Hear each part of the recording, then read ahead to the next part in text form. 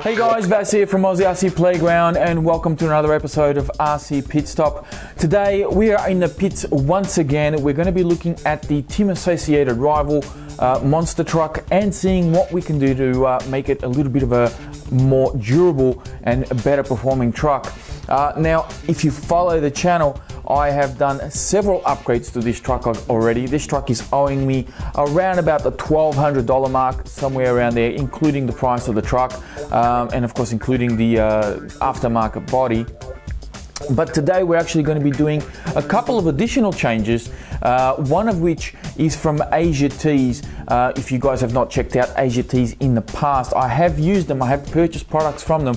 I will have links in the description to the website and to the products that we'll be changing over on the truck today, as well as the ones that I've changed over previously. So what has happened to the truck and why are we doing another upgrade video? Well, recently I uploaded a video that I did using only my GoPro. I did a huge bash over at the BMX track where I normally run my cars, and you know, I did a great big edit with music over it and everything, which I tend to do from time to time. It's not something I focus on a lot, but every now and again I like to sort of shake things up a bit and upload videos like that. So I did one with the Rival, and the Rival actually did very, very well. What happened at the end of the shoot, I actually had a really nasty landing. The Rival took off from a jump and landed nose first onto the side of another jump, and it popped out the pillow balls on this front right tire right here, and basically just ripped them out. Now I was expecting, I'm going to be honest with you guys, I was expecting total carnage when I saw the wheel on its side next to the truck. But to my surprise, all that happened was the little pillow balls just popped out, and I was able to come home, you know, pull everything apart and put everything back together again, and she was good to go. And of course, the parts that I got from Asiatees, which are these ones here, these are the GPM steering knuckles. Now these are for the front and the rear, and I actually had a little bit of a nasty landing at some point during the shoot. I don't know when it happened because the truck did take quite a few tumbles, but the rear shock tower did kink in a little bit, not by a lot, but it did kink in a little bit. And although I'm very tempted to just straighten it back out again, usually when you try to re-straighten aluminium, things don't work out very well. So I ended up buying another one to replace it. And you know, worst case scenario, if something really bad happens again, I'll keep this one as a spare. Maybe I'll try to straighten it out and just see, you know, it's only a little bit, it's not by a lot, but we'll see how we go.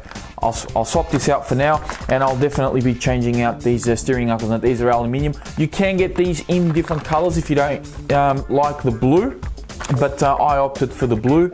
Now the other thing that I'm going to be changing out is the body. This here is the Ford F-150 Raptor body that you can get from J Concepts.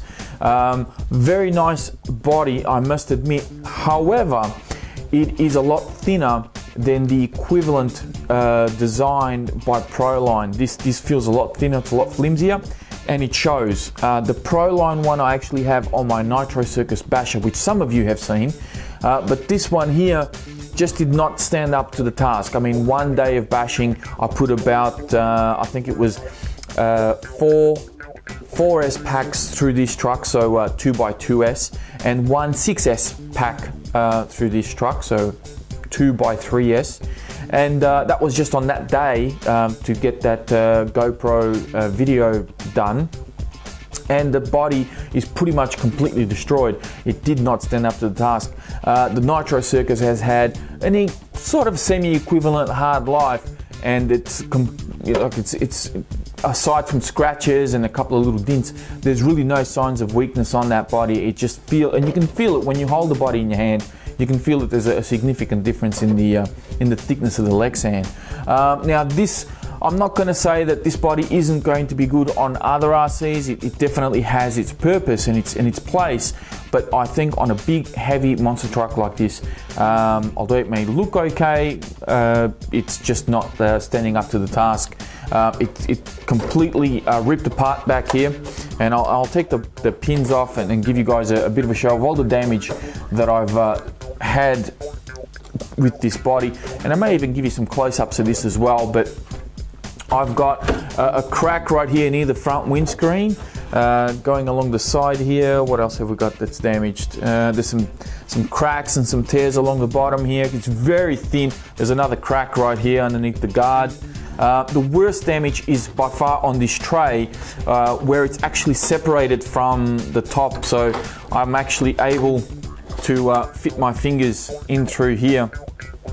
You're probably not going to see it, but as I said, I might try and give you a bit of a close-up of this. So the whole top tray here is kind of disconnected right where it bends. There's some dints along here, which is pretty fun. You know, I'm quite happy.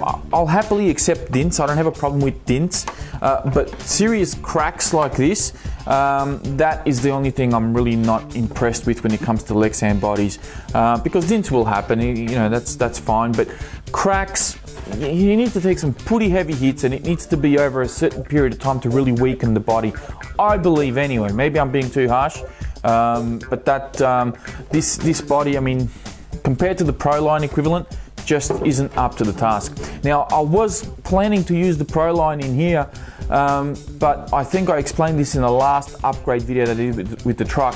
It has the length. It's actually a little bit longer than the J Concepts body, but it's too narrow, and rather than sitting outside of this tray, it actually sits inside the tray, which is not a good look. So I didn't use the Proline body on the truck. I used it on this truck. I used it in the Nitro Circus, which is a perfect fit. So what body have I chosen for this truck?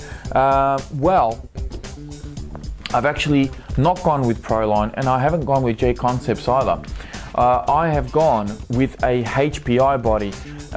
Now, this one here is an absolute monster of a body, and I believe it fits pretty nicely on this on this truck. This is a HPI, and let me see if I can remember the name of it, because I've gotten rid of the tag.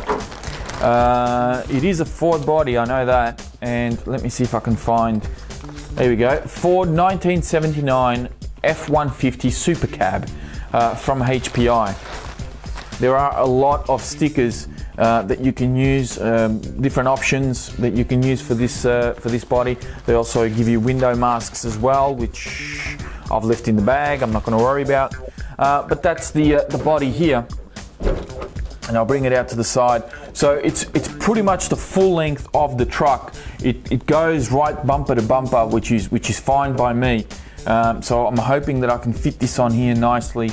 Once I cut it all out, the wheel arches seem to match very, very well, and it is, as you can see, it's a monster of a body, quite big. Now, I think that this actually cuts. I know that it's kind of sitting on top of the bumper, but it actually cuts back here. So the actual body should sit right in between the bumpers. It should be a perfect fit. It's going to give the truck a slightly older look as opposed to a more modern look like this. And I am going to paint it up with that in mind. It's going to have a more traditional paint scheme. I'm not going to go too crazy with it. It's going to be a little bit plainer, because at the end of the day, this is going to be kicked around a bit. If it does work out really well and I'm very happy with the body, chances are I'll probably get another one down the line and keep it as a bit of a shelf queen, so when the truck is parked on the shelf, I'll have a nice clean body on here, and when I want to take it out for a bit of a burn and kick the hell out of it, well, then I'll put the basher body on and go from there. So these are the changes and upgrades that we're going to do on the truck. I'm going to get busy with this body now. I'm going to cut it up and get it all done, and I'm also going to be changing out these knuckles, and we'll come back. I'll give you a little bit of an update. We'll cut through all this, and yeah, we'll see you at the end. Okay, so here we are. I've already changed the knuckles on this side of the truck, and they fitted beautifully. They bolt straight on. There's absolutely no need to do any modifications at all. It's a straight bolt on. So what I've decided to do is, since I've done one side now, I'm going to be doing the other side. I'm going to be changing this one over here, And we're going to take this wheel off now and take the one on this side. So this is pretty much you know, what I do when I'm not recording. Do a little bit of maintenance on my RCs. This is what generally happens here. So we'll take this off, put that aside, and there we go. I might just swing this around to give you guys a bit of a better viewing angle. In case you're wondering what's going on over here, this is basically an old sort of phone holder that I had that doesn't really, that goes on your windscreen, holds your phone. It doesn't really have any suction anymore, so I've double-sided taped it sort of to the backboard of my workbench area here. And as I'm working on my RCs, I can have YouTube playing over there. I'll, you know, watch some videos. I can have a movie in the background, can have the radio in the background, just some noise, just so that there's no total silence. It's up high, it's out of the way, it doesn't interfere with anything. I've also got a cable plugged into it as well. I don't know if you guys can see that. There's a cable going all the way here, straight into a power point on the wall, so I don't lose charge. So that is pretty much what I do. Is, you know, the phone kind of sits there and keeps me company.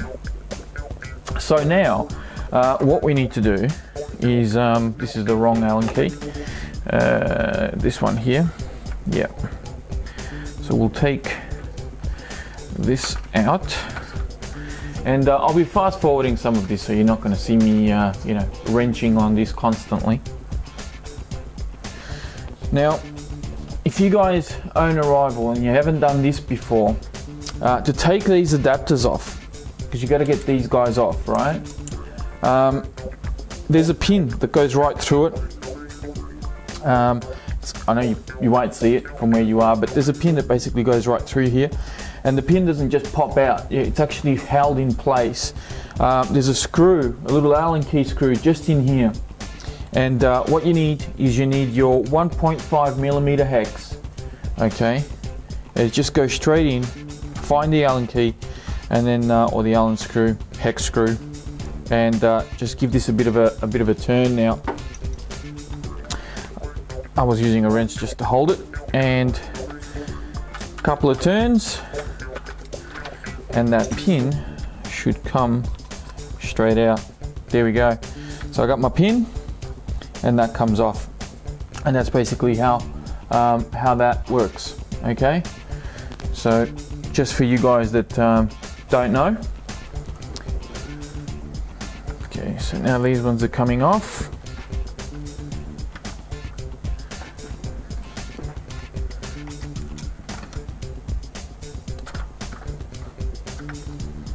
All right, so now we can take this off. So we'll need to put this guy aside just temporarily. And now under here,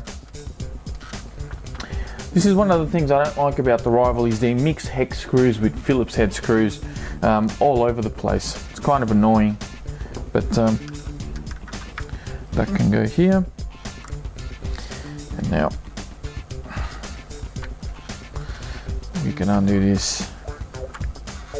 Okay, so in here you're going to have, in your existing knuckle, there's going to be two ball bearings. One's going to be on the inside, the other one's going to be on the outside, and in between them there's actually a little washer, and you need to make sure not to lose that, because you'll need that to put onto your new knuckle. So very carefully, you're now going to have to push these ball bearings out, like so, and you'll see this is the washer that comes out. That's one of the bearings. So hopefully you guys can see that. My fingers, look at my hands, getting dirty. It's all part of it. It's all part of the hobby. Doesn't matter if you're a basher or a racer, you are going to get your fingers dirty. So that's all gone now. That's done. So now we'll get our new ones, and is there a pair of scissors? Yes. Some of the things I keep in my toolbox, you know, just a plain cheap pair of scissors like this. You'd be surprised how often this comes in handy.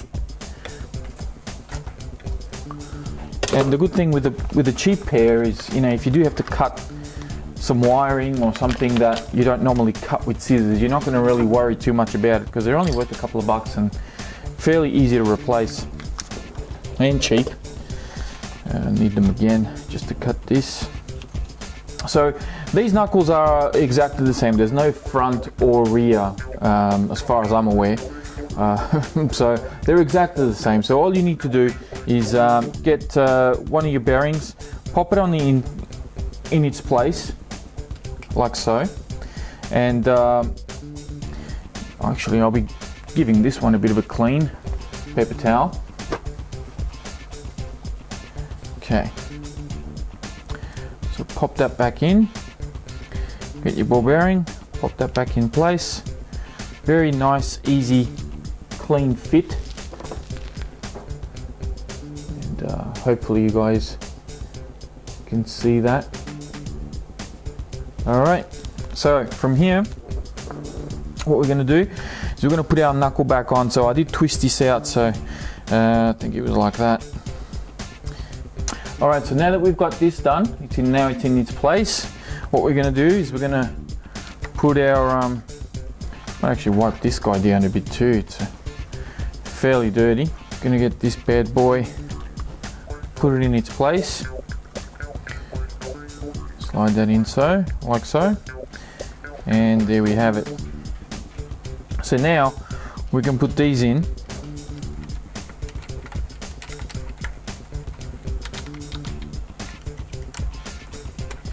Now with these, there's no real way of telling how your camber is going to be, you know, once the wheel goes on. So you can really only sort of guesstimate what it is that it's going to be. Chances are you're going to have to come back in, take the wheel on and off probably a couple of times until you find the camber that you want.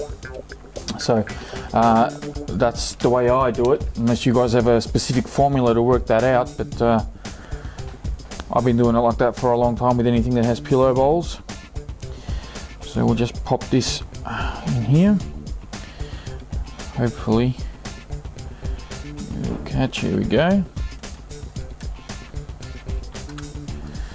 Alright, so generally what I do is I go until it doesn't go anymore, and I bring it back about a quarter turn, somewhere around there, and that's usually enough to allow enough slack for that to work pretty freely without having, you know, a huge gap in the pillow ball there. You know, you can go by feel pretty much on this one. So that is done. Now we can put our pin back in, so we'll slide this back into place. Slide our pin back in here like so. Make sure that's not sticking out. Get our 1.5 mil, find that hex screw until it's nice and tight, and we're done. So that is one of them. Now I'm just going to repeat the process in the back, and then we'll come back and do the shock tower. Alright, so now we've got that all done and sorted. So what I'm going to start doing now is start working on this shock tower right here. First thing I'm actually going to be doing is taking off, I'm going to be taking off these body posts because they are bent. Yes, I know they are plastic, but you will see as soon as I get this out as to why I'm going to be swapping these over. Can you guys see what's happened there? Now I can probably bend these back with some heat, but just for the sake of saving some time, I actually have spare ones. When I first broke my A-arm, the stock A-arm that I had on this truck, doing a backflip,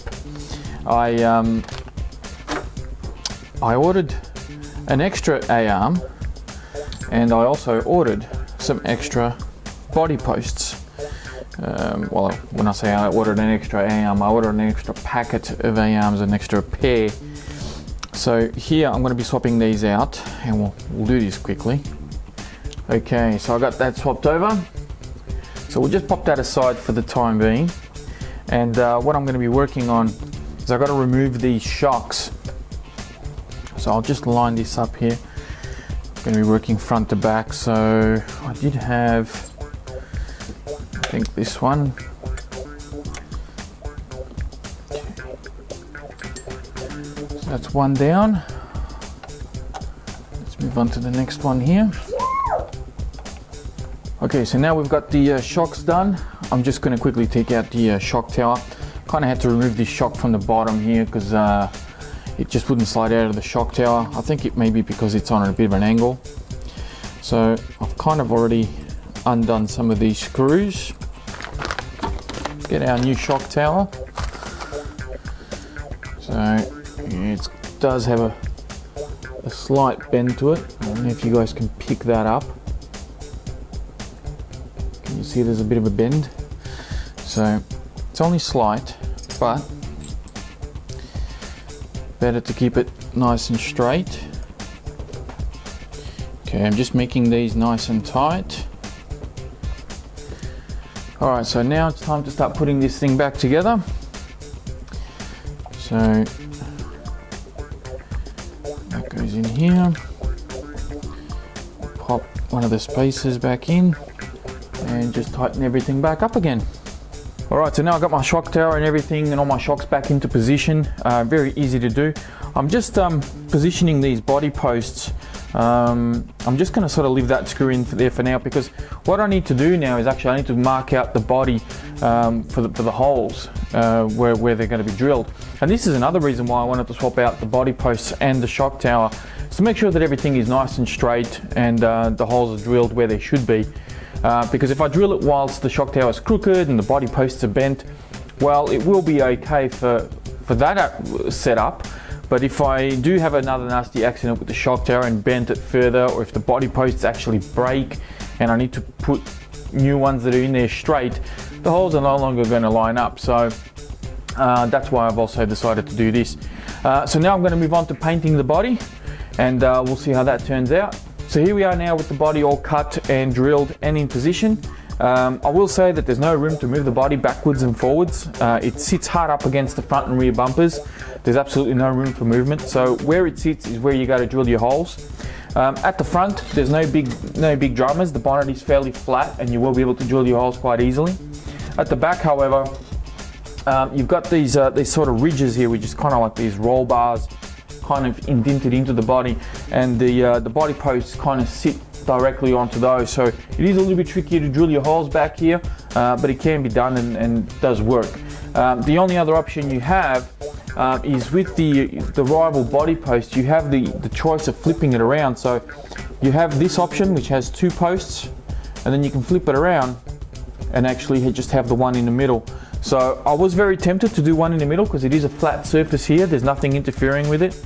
But I was just a bit worried that maybe I'll get a little bit of a wobble, a little bit of extra movement, may not sit on there properly, and I didn't want to risk that. So I went for the other risk, which was to drill it right on the bars and hope that it all fits well, and it does, it's fine. So that was one issue that I had to overcome. Another issue that I had to overcome was the height of the body. The posts are lowered as far as they can go with their standard holes. So I've got the pins pretty much on the very top hole, and this is as far as the body will go. Beyond this point, you'll have to manually drill holes into the post if that's what you want to do. I'm not a big fan of doing that, but it can be done, I'm assuming.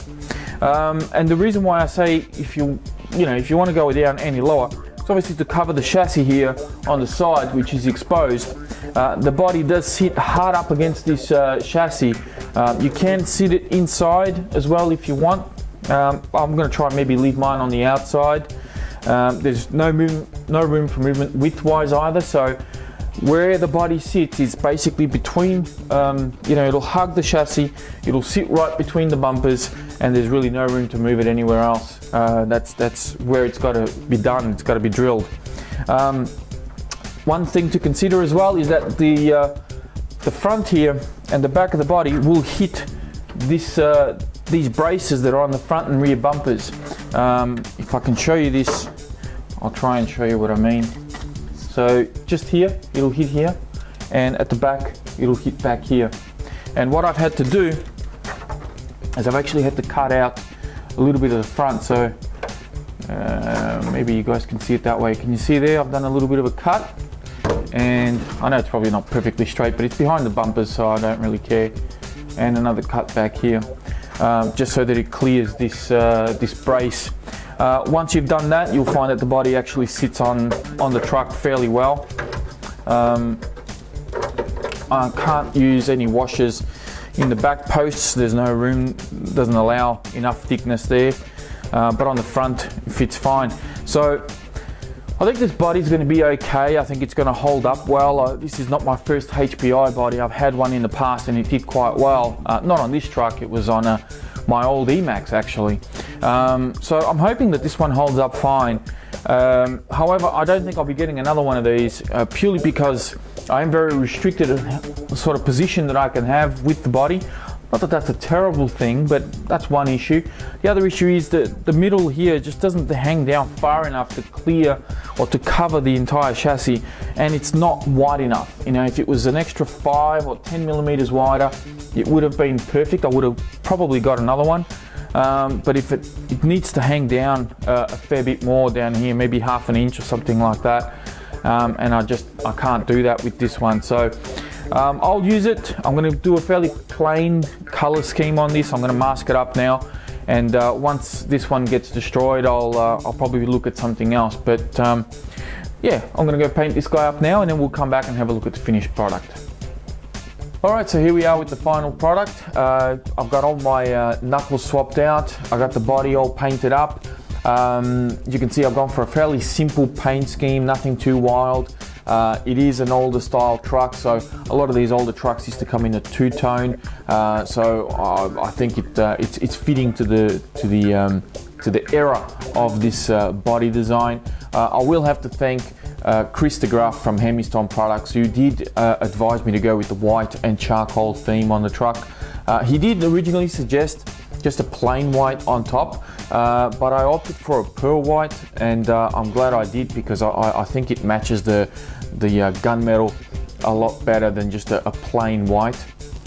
On the back here, I've just done a little bit of silver on these braces and just a plain black on the tray, and then I went with a PS55 from Tamiya, which is a matte clear. Painted that out from the outside, and that gives you a nice matte finish. So that's basically how that's ended up, the back of the truck and everything else. I'll probably give you guys a bit of a close-up of this as I'm talking to you anyway. What can I say? As far as a HPI body, it's fairly well detailed, but one of the things that actually blew me away the most is actually the stickers that they included. They're all pre-cut for starters, which is a big plus. I mean, anyone that does any sort of painting, having to cut out stickers is nothing short of annoying, and having them all pre-cut is a huge plus. And then just having so many options and so many different ways that you can decorate this truck. Because I went for a fairly simple paint scheme, I didn't want to go too wild. So a lot of the stickers that they provided, which are these ones here, I didn't use any of that. I did use the stock ones that they gave me, so that sheet's pretty much all gone. But these optional ones with flames and all the colors, it just didn't suit the color scheme I was going for. So if I was to use any of that, it would have just taken away from it and spoiled the truck, spoiled the whole look. So I'm very happy with the outcome of this body. Hopefully it holds up. I'm not going to be trashing this as I originally sort of wanted to. I'm actually really liking the look of the body. The more I look at it, the more I fall in love with it. It looks very, very good. It is a very tight squeeze right in between the bumpers. There's really no room for movement at all. That's probably the only downside. Would be nice if it was like 5 millimeters shorter, just to give us, a couple of either end of space. And it would have been nice if the center bit sort of hung down a little bit more, just to cover this chassis. But overall, I think it's turned out well. The aluminium knuckles from Asiatees, the shock towers, which are from Asiatees as well. Very happy, very easy to swap these around. I know that a friend of mine, Chris from Everyday RC, swapped out these knuckles for some RPM ones from an E-Max or a T-Max, I think, same thing, and he had to do some slight modifications to fit them on. These ones here fitted straight on. I mean, there's absolutely no mods that you need to do. The only thing I did find was that they're probably a little bit short on the arm here. So what happened was, when I put my wheels on and everything, everything sort of came and the wheels kind of pointed outwards a little bit. So I kind of had to adjust my links just a fraction to line them back up. Other than that, it's a straight bolt on. There's really nothing else that you need to do or worry about. And they seem very sturdy. I'm certainly hoping that they hold up. I'll be taking this truck out and doing some more testing in the near future. Am I going to be doing another huge bash with, you know, like I did with the GoPro or anything like? Probably not anytime soon. I may just give you a bit of a running video with this body. That'll be the only thing I'll do. I am planning on swapping out the diff oils on this truck. I did do them when I swapped out the A-arms, so prior to the GoPro running video that you saw. And I went 100,000 weight in the center and a mix between 100,000 weight and 15,000 weight on front and rear. But as you probably saw in that GoPro video footage, the front wheels still have way too much power bleeding to them. You know, especially on 6S, it's very noticeable. A lot of power tends to come to the front, so I'm going to be putting 500,000 weight in the center. I'll be swapping out that 100,000 weight and going a lot thicker in there. Hopefully, that would solve that problem of having too much power going to the front wheels. And you know, it should make the truck a little bit more controllable as well. I think, maybe. Either that or I'll just be doing standing backflips on 6S. So that is pretty much it for this episode of RC Pit Stop. Thank you very much for watching. If you have any questions about this truck or any of the modifications or upgrades I've done to this truck, please feel free to post a little comment down below. I will have a parts list and kind of a tally of all the upgrades that I've done to the truck, with part numbers and everything else, as well as links to the relevant websites, such as where I got the body from, the Asiatees website, and even, you know, where I got the wheels from and tires and everything else. So if you do want to do something like this to your rival or to your truck, it doesn't have to necessarily be a rival, you know, you can have a look through there and pick out the bits that you want to use. That's it from me. Thanks for watching, and I'll be speaking to you guys again soon.